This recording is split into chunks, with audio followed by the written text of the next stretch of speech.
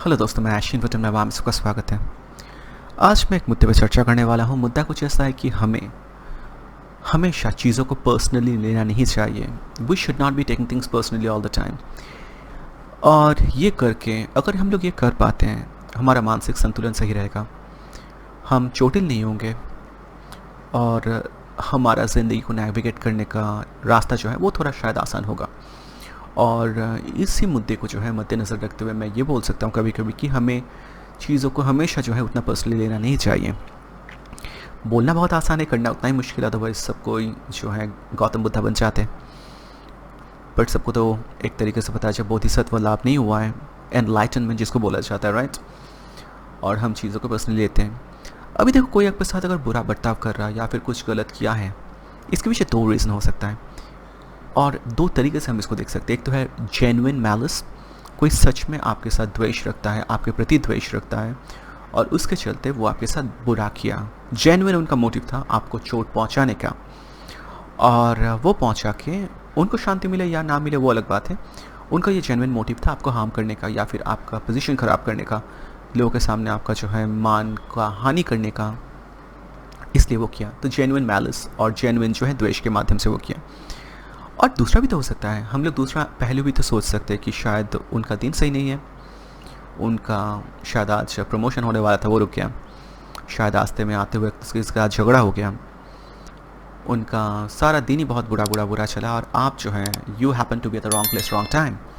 आप शायद गलत समय में उनके साथ मिले और you probably happen to be the last straw that broke the camel's back as the say. आप शायद वही इंसान थे जिसके माध्यम से, और वही आप एक लास्ट चीज़ थे जो और सह नहीं पाया। आपका कोई छोटा बात से उनको ख़राब लगे और वो आपको बुरा भला सुनाना शुरू कर दिया। So you happen to be the wrong place wrong time. तो यहाँ पे गलती शायद उनका उतना है नहीं। और इसको सोचे अगर हम, तो हम ऐसे सोच सकते हैं कि हमें चीज़ को पर्सनली लेना नहीं चाहिए, क्योंकि जस्ट दैट वो खुद ही खड़ा बस सिचुएशन से गुजर रहा है। और सेकंड चीज़, अगर मान लो सच में वो मैलिस के साथ किया है तो वो शायद चाहेंगे, वो अगर सच में द्वेष के साथ कोई आपके साथ बुरा किया, आपको बुरा भला सुनाए या फिर आपको अपमानित करने का प्रयास किया, और सच में अगर आप आहत हो जाते हो, चोटिल हो जाते हो, तो एक तरीके से जो ये किए हैं उसका ये जीत है, राइट। उसका जीत कैसे है? क्योंकि वो तो यही चाहता था कि आप मन ही मन टूट जाओ, खुद को सवाल करने का, प्रश्न करने का शुरुआत कर दो, खुद को डाउट करना शुरू कर दो। यही तो वो चाहता था और इसी जो है मंसूबे में वो जो है कामयाब हो गया। तो हमें ये चीज़ को दिल से नहीं लगाना है। अब हम कैसे ये कर सकते हैं? वैसे जैसे मैं बता के शुरू किया था कि बोलना बड़ा आसान है, करना उतना ही मुश्किल। बट गौतम बुद्धा का एक आइडिया था जो मैं यहाँ पे शेयर करना चाहूँगा, एज ओल्ड विजडम, और मुझे लगता है इसमें सच्चाई है और इसको अगर हम लोग लागू कर पाए तो हमारा ज़िंदगी का रात थोड़ा शायद आसान हो सकता है, एटलीस्ट इस संदर्भ में। गौतम बुद्धा, उनको कोई एक इंसान परेशान करने का बड़ा प्रयास कर रहे थे, बहुत ज़्यादा इंसल्ट करना, अपमानित करने का प्रयास, उल्टा पुल्टा बात उनको बोलने की कोशिश कर रहे थे। और उद्देश्य उसके पीछे की था कि गौतम बुद्धा को प्रोवोक करना, गुस्सा दिलाना। और गौतम बुद्धा जो है अपने कैरेक्टरिस्टिक्स वजह से जो है वो चुप करके बैठे हुए थे, शांत, धैर्य के साथ, संयम के साथ। फिर ये करते करते करते करते वो जो इंसान, जो दुष्ट गौतम बुद्धा को प्रोवोक करने का प्रयास कर रहे थे, वो फाइनली जो है घुटने टेक दिए। फिर वो अल्टीमेटली पूछे कि गौतम बुद्धा, सिद्धार्था, मैं आपको परेशान करने का इतना प्रयास किया बट आप क्यों नहीं हुए? मैं आपको इतना अपमान किया, इतना भला बुरा बोला, बट आप थोड़ा भी रिएक्शन क्यों नहीं दिए?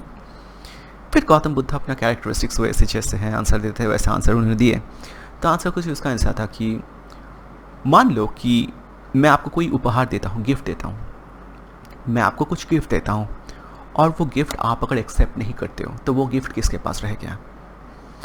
मैं आपको कुछ गिफ्ट दे रहा हूँ और उस गिफ्ट का स्वीकार आप नहीं कर रहे हो, उस पुरस्कार को आप स्वीकार नहीं कर रहे हो, उस उपहार को आप अगर स्वीकार नहीं कर रहे हो तो वो उपहार किसके पास रह गया? वो गिफ्ट किसके पास रह गया? ओनर के पास, जो दे रहा है उसके पास। सिमिलरली मैं आपको जो भी दे रहा हूँ या फिर आप जो गाली गलौज मुझको कर रहे थे या फिर बुरा बुरा बोल रहे थे, अगर मैं उसको एक्सेप्ट नहीं करूँ तो वो किसके साथ रह गया? वो आप ही के साथ है। उसको मैं एक्सेप्ट ही नहीं किया, एक तरीके से बताया जाए। और मैं इसको थोड़ा रिलेट इसलिए कर सकता हूँ कि मैं थोड़ा बहुत अपना एग्जाम्पल यहाँ पे देना चाहूँगा। बचपन में मैं तो बचपन में थोड़ा शैतान था, सब कोई होते हैं, राइट। कोई थोड़ा ज़्यादा, कोई थोड़ा कम। मैं शायद थोड़ा वैसा था, थोड़ा मारामारी करता था। मेरा किसी के साथ मारामारी हो गया बचपन में, क्लास 3 में था मैं। फिर मैं उसको मारा और मैं चाह रहा था कि उसको लगे, ऑफ कोर्स मारने का वही मतलब है, राइट, मैं उसको पनिशमेंट देना चाहता था। फिर वो बच्चा जो है, मैं भी बच्चा वो भी बच्चा, और वो मुझे ऐसे बोल रहा था घूम के, मैं एक थप्पड़ मारा, वो घूम के बोल रहा है मेरे को तो लगा ही नहीं, तू मुझको मारा, मेरे को तो लगा ही नहीं। और वो जितना बोल रहा था मैं उतना ज़्यादा गुस्सा हो रहा था। सच में ये मैं अपना बात बोल रहा हूँ, अपने ज़िंदगी का कहानी बता रहा हूँ, किस्सा, ये सच्चाई है। फिर मैं उसको और भी 1-2 बार ज़ोर से मारा, फिर मैं अल्टीमेटली छोड़ दिया। और वो हर बार यही बोलता रह गया कि मुझे तो लगा ही नहीं, मुझे कुछ फ़र्क ही नहीं पड़ा, तू इतना परेशान, इतना मारने के लिए इतना प्रयास कर रहा है और इतना फोर्स लगा रहा है, मुझे तो कुछ फील ही नहीं हो रहा है। और उससे जो है मैं बहुत डिसअपॉइंट हुआ एक तरीके से, क्योंकि मैं तो उसको मार रहा था क्योंकि वो मुझको कुछ, वो शायद मेरे को मारा था और मुझे जो है बदला लेना था और उसको वो फील करवाना था पेन। बट जब वो फील नहीं कर रहा था मुझे ज़्यादा गुस्सा आ रहा था। तो इस एनालॉजी से हम लोग ये समझ सकते हैं, मैं अपने ज़िंदगी का एनालॉजी जो है गौतम बुद्धा के यहाँ से जो है थोड़ा बहुत सच्चाई में देख सकता हूँ, मैं रिलेट कर पा रहा हूँ। अब अगर कोई सच में द्वेष के साथ आपके साथ गलत किया और आप उसको स्वीकार नहीं करते हो, रिएक्ट नहीं करते हो, दिल से लगाते नहीं हो, सच में हर्ट नहीं होते हो, तब आपका विक्ट्री है और उनका डिफीट है जो कर रहा है।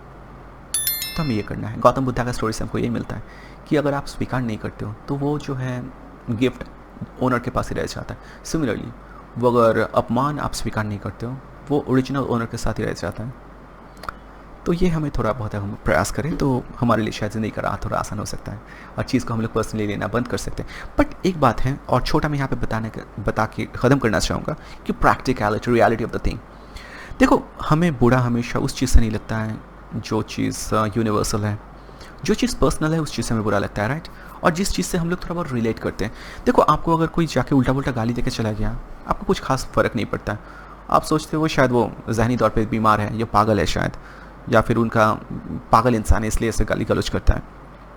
पर कोई आपके ऐसे चीज़ में कुछ बोला जिसके लिए सच में आप थोड़ा बहुत कंसर्न हो, तब जाके आपको बुरा लग जाता है और वो चीज़ को लेकर आप सोचना शुरू करते हो। मान लो कोई आपका कलर को लेकर, कम्प्लेक्शन लेके बोल दिया कुछ, तो आपको बहुत बुरा लगता है क्योंकि सच में आप दिलो दिल जो है आपके कम्प्लेक्शन लेके उतना खुश नहीं हो। तो इस जगह पे हमको तकलीफ़ पहुंचता है और वो चीज़ हम आइडेंटिफाई करते हैं और हमको पता है कि हम शायद वो एक चीज़ हमारा ड्रॉबैक्स है, हम लोग मान लेते हैं। सच्चाई है गलत है वो अलग बात है, बट हम लोग दिलो दिल इसको स्वीकार कर लेते हैं। कोई आपका लैंग्वेज लेके बोलता है कि आपका इंग्लिश बहुत बुरा है मान लो, और आप कुछ बोल रहे हो इंग्लिश में, तो वहाँ पे कोई अगर टिप्पणी करता है तब आपको बुरा लग जाता है क्योंकि आप थोड़ा बहुत इसको स्वीकार करते हो। तो ये तो है रियलिटी कि हमको कोई अगर अचानक से आके गाली गलौज करता है तो हमें फ़र्क नहीं पड़ता है। बट कोई हमको अगर वैसे ट्रीट करता है जिससे हम लोग थोड़ा बहुत खुद रिलेट कर पाते हैं, वैसा चीज़ जिससे हम लोग सच में रिलेट करते हैं और जिससे हम लोग खुद को मानते हैं कि उस चीज़ का डेफिशिएंसी हमारे अंदर है और वो हमारा ड्रॉबैक्स है, हमारा अकेलीस हील जो बोलते हैं, वीक पॉइंट है, अगर वहाँ पे कोई वार करता है तो हमें तकलीफ़ होता है। तो हमें करना क्या है? शायद वो वुंड को ढकना नहीं है, वो ज़ख्म को ढकना नहीं है, उसको एक्सपोज करना है और ज़्यादा, ताकि आस्ते आस्ते आप जो है वो वुंड को हील होने दो।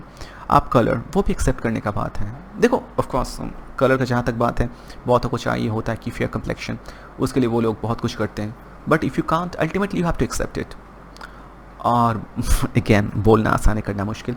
फिर आपका लैंग्वेज, बट ये एक चीज़ है जिसमें आप काम करके खुद को बेहतर कर सकते हो। फिजिकल एट्रीब्यूट छोड़ के, या फिर फिजिकल एट्रीब्यूट भी बहुत प्रयास करते हैं लोग चेंज करने के लिए, और वो अगर सेफ लिमिट के अंदर आप कर सकते हो, करने के बाद आपका अगर कुछ खास हानि नहीं होता शरीर में, तब को डेफिनेटली वो करना चाहिए मेरे हिसाब से। क्योंकि आपको सच में कोई अगर तकलीफ चीज़ कोई पहुंचा रहा है और आपको ज़िंदगी में जीना है और वो चीज़ सच में अगर आपका मुश्किल का सबब बना बैठा है, तो उसको शायद आप सही अगर कर सकते हो सेफ लिमिट के अंदर रह के, तो शायद वो कर लेना बेहतर है क्योंकि लाइफ एक ही है। ऑन दी अदर हैंड, अगर कोई चीज़ सच में आपका ऐसा चीज़ है जो आपका कमी है जिसको आप सुधार सकते हो, तो आपको सुधारना चाहिए ताकि वो चीज़ भी रेलेवेंट बन जाए। वो आपका वीकनेस जो आपका लैंग्वेज लेके बोलते थे कि आपका इंग्लिश इतना ख़राब है, उस पर आप काम कर सकते हो, आप काम करके उसको बेहतर कर सकते हो, तब शायद उसके बाद कोई आपको बोलेंगे भी नहीं। अगर बोलेगा भी तो आपको फ़र्क नहीं पड़ेगा।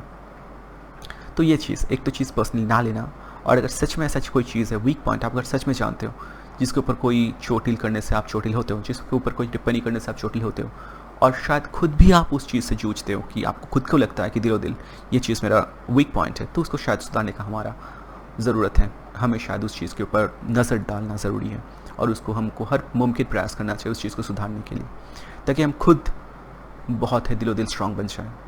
तो बस यही मेरा आइडिया था, यही मेरा कॉन्सेप्ट था आज के लिए। बताइएगा मेरा कॉन्सेप्ट कैसा लगा, लाइक कमेंट सब्सक्राइब शेयर ज़रूर कीजिएगा। धन्यवाद।